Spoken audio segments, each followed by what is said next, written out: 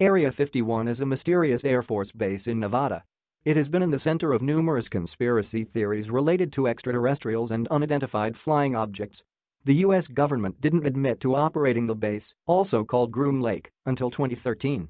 It is used to test experimental top-secret aircraft, but we know very little about that remote, highly classified base, which has made it the perfect object of fascination and conspiracy theories.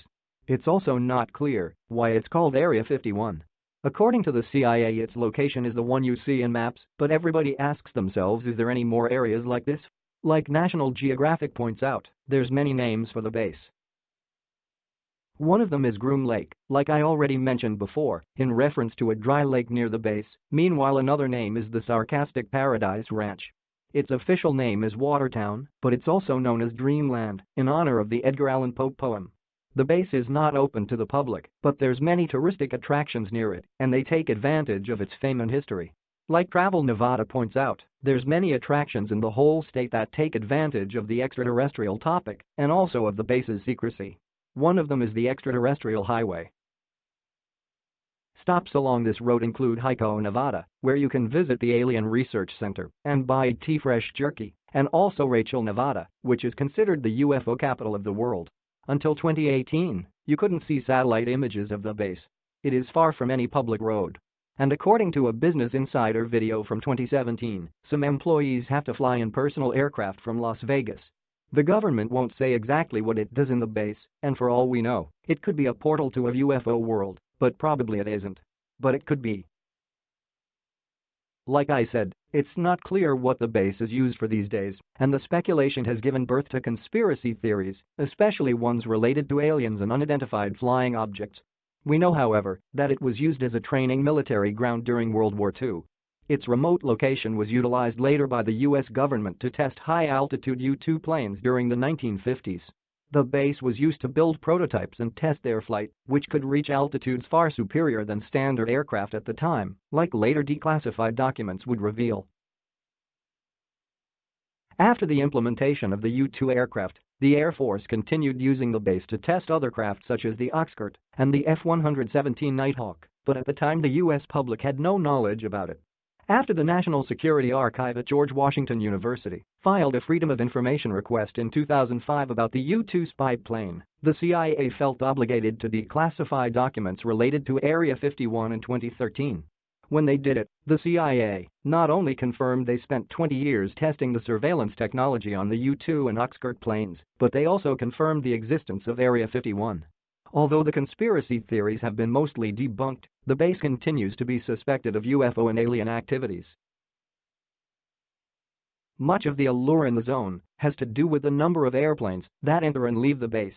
Like the Business Insider video from 2017 points out, there was a supposed increase of UFO activity since the 1950s, more or less at the time the U-2 airplane was being tested. The secrecy of the program prevented officials from refuting any supposed UFO activity.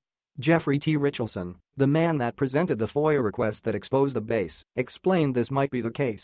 Certainly, there wasn't, as we expected, any discussion about little green men here, said Richardson to the New York Times in 2013. This was the history of the U-2. The only superposition is the similarities of the U-2 flights and the sight of the unidentified flying objects.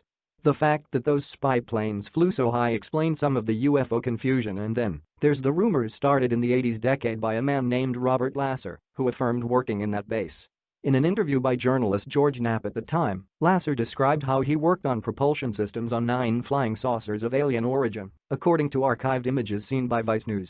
Lasser is also the object of a documentary named Bob Lasser, Area 51 and Flying Saucers, which was released in December 2018.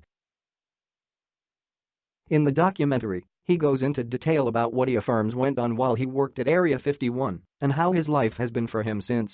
The allegations of Lasser could have cemented the association of the base with extraterrestrials and inspired others to present their own theories and stories. The area has been involved in mystery for decades, and it only makes sense that rumored alien secrets that involve the remote site in the desert could be reignited by social media. The internet has been invaded by Area 51 memes inspired by a joke on Facebook to take the secret military site by storm and find the supposed extraterrestrials that reside there. The event, called Storm Area 51, They Can't Stop All of Us, was planned for September 2019 and has garnered 1.5 million sign-ups until this moment. In June 17, 1959, the Reno Evening Gazette published a story with the title "More Flying Objects Seen in Clark Sky" and described how Sergeant Wayne Anderson of the sheriff's office was among several locals watching what the paper described an object bright green in color and descending toward the earth at a speed too great to be an airplane. According to the CIA, the secret test flights have been occurring in the area since the military started testing the U-2 in 1955, around the same time the supposed UFO sightings took place, but that news has done little to extinguish the extraterrestrial theories that have surrounded that enigmatic place for a long time.